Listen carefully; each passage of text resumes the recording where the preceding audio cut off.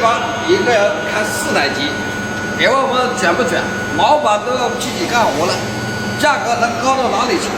说吧，有活的话整点活过来，因为比较穷啊，所以说想多接点订单，多挣点钱。现在今天晚上啊，4台全是做批量的，还好啊，不算是太累。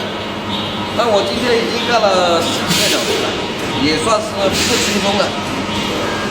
我们就2个人，大叔白班，我夜班，你就知道啊，现在这家公司有多点。现在我们1台机啊，大概在500块钱。